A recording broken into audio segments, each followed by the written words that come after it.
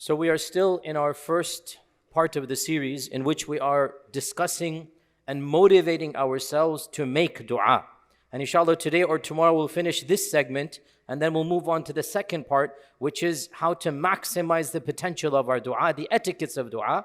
And then inshallah we'll conclude at the end of the month with mentioning in particular the names of Allah that we should use during dua. So that's our overall chart, what we're doing. And today inshallah we're going to try to conclude, if not then tomorrow we'll conclude about some of the motivations to make dua. We've spoken about dua when it comes to theology, iman, ibadah, dua when it comes to a person's psychology, the importance of dua, how much Allah loves dua. In our last lesson I had mentioned a very important fact, which is every dua is answered.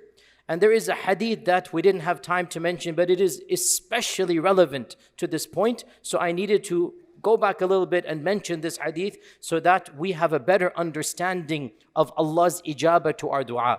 This is an authentic hadith narrated in the Musnad and the Sunan of Abu Dawood. Our Prophet sallallahu alaihi wasallam said, "Yustajabu li ahadikum."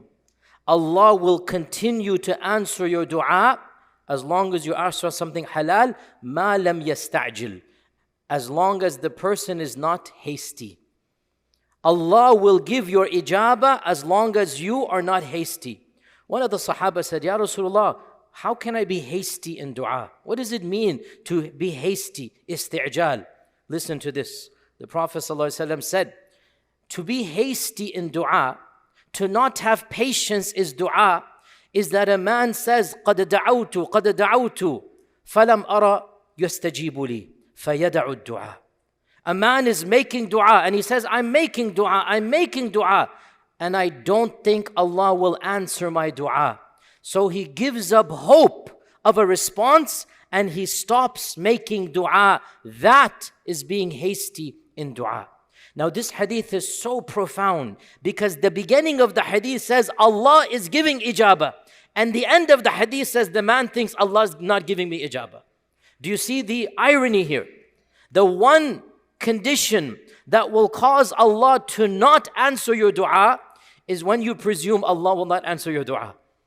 That is the negating factor. This is the irony here, that so many times we stop making dua because we assume Allah is not replying, Allah is not responding. And because of that assumption, Allah will not respond. Otherwise, if we don't have that presumption and we have husn al-dhan, good thoughts in Allah, and we continue to make dua, the Prophet ﷺ used the continuous verb, yustajabu. Dua will be continued to be responded to any one of you as long as you are not hasty. And this hadith is super relevant and important because it shows us the difference between the mindset of the one who doesn't understand ijabah. He is thinking ijabah is exactly as I wanted. And as I explained in the last lesson, ijabah can be one of three things. Either you get what you want, or every time you ask Allah, Allah will give you credit, thawab. Every single time you ask, you will get a credit. And so you're getting ijabah. Or every single time you ask, some calamity will be alleviated or lifted. So your ijabah is coming. How can you stop making dua? So that was the point related to our last lesson. We move on today. Again, we're incentivizing. The goal right now for the first part of our lessons is to make us genuinely eager to make dua. Of the blessings of dua, Allah Azza wa Jal links victory multiple times with dua. Allah has given the most magnificent military victories because of dua. Again, read the Quran. How many times? Again, time is limited. We'll just mention one or two.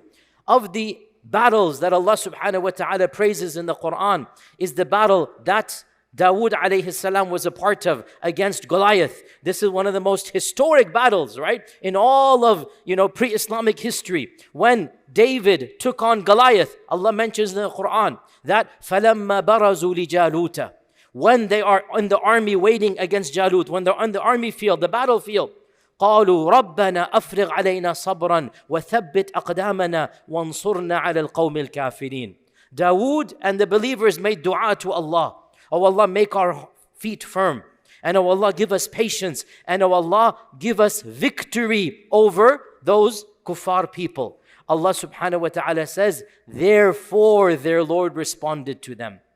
Therefore, the fa is the clausal. Because of this dua, Allah subhanahu wa ta'ala, فَهَزَمُوهُمْ بِإِذْنِ اللَّهِ, Allah subhanahu wa ta'ala gave them victory over Jalut. A small group of unarmed people taking on the mighty Goliath. And what was their weapon? Their weapon was dua. And Allah explicitly links their victory to the dua that they made. Read the Quran again. Read the seerah again. One of the most, in fact, the most historic battle in the seerah is the Battle of Badr. The most historic battle in the seerah is the Battle of Badr. Once again, how does Allah link the victory? To what does Allah link the victory? Again, read the Quran. إِذْ تَسْتَغِيثُونَ رَبَّكُمْ. When you were begging Allah for help with your dua. Istighatha is to beg Allah for help. إِذْ تَسْتَغِيثُونَ رَبَّكُمْ. When you were making istighatha to Allah, asking Allah for ghawth, for help.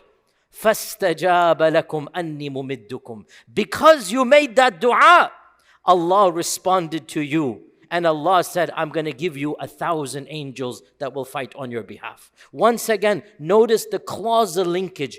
Because of your dua, your Lord responded to you. Because you asked, Allah gave you victory. I ask you by Allah, if dua can overcome the army of Goliath, if dua can overcome the army of the Quraysh, 3 against 1 the odds were, then how about my problems and your problems, which are so trivial compared to Goliath, compared to the army of Quraysh? If dua can help Dawood and the Prophet ﷺ overcome massive armies, then how about me and you? What about our problems in life? Your dua is your weapon. Your dua will help you overcome your calamities. And one other motivation, inshallah, and then we'll continue tomorrow with our final lecture about the motivations of dua. Then we move on to the etiquettes of dua. One other important benefit of dua. Dua transcends societies and civilizations and makes the ummah one in dua. Dua is one of the bonds that makes all of us one together. Dua solidifies the ummah regardless of time and place and location. Dua helps the ummah become one. Allah subhanahu wa ta'ala mentions this in the Quran, that one of the etiquettes of the believers is they make dua for all the believers. وَالَّذِينَ جَاءُوا مِن بَعْدِهِمْ يَقُولُونَ رَبَّنَا اغْفِرْ لَنَا وَلِإِخْوَانِنَا الَّذِينَ سَبَقُونَ بِالْإِيمَانِ. Making dua for all the believers, the ummah is solidified in your heart. Here we are right now. We haven't been to Gaza, hardly any of us has been there, and yet we're constantly making dua for them. Our hearts are attached to them. Making dua for others, it solidifies the bonds of Iman, and the bonds of Iman are necessary in order for us to enter Jannah. Making dua for others also brings benefits to us, as the Prophet ﷺ told us. We're going to go over this hadith later on as well. Anytime you make dua for your brother, Allah sends an angel down specifically to make dua for you, that you have made dua for your brother. You also be given what you ask for your brother. Allah wants us to make dua for our Muslim brothers and sisters. Abu Darda would say, and Imam al-Ghazali, by the way, in his Ihya Ulumuddin, he has an entire section about making dua for other people. And he says it is of the akhlaq of the believer that the believer makes dua for all the other believers. He has a whole section.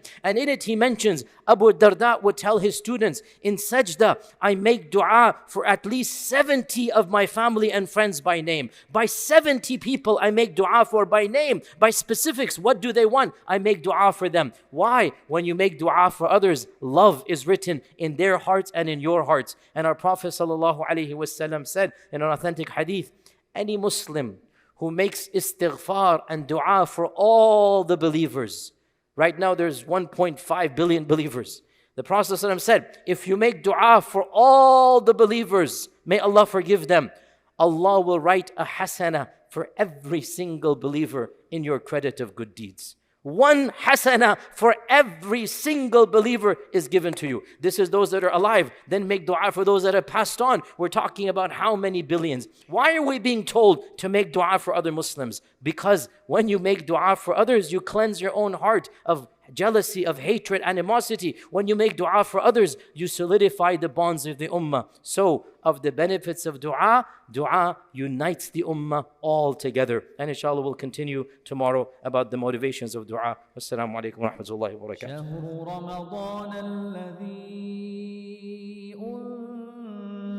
أنزل فيه القرآن هدى للناس وبينات من الهدى والفرقان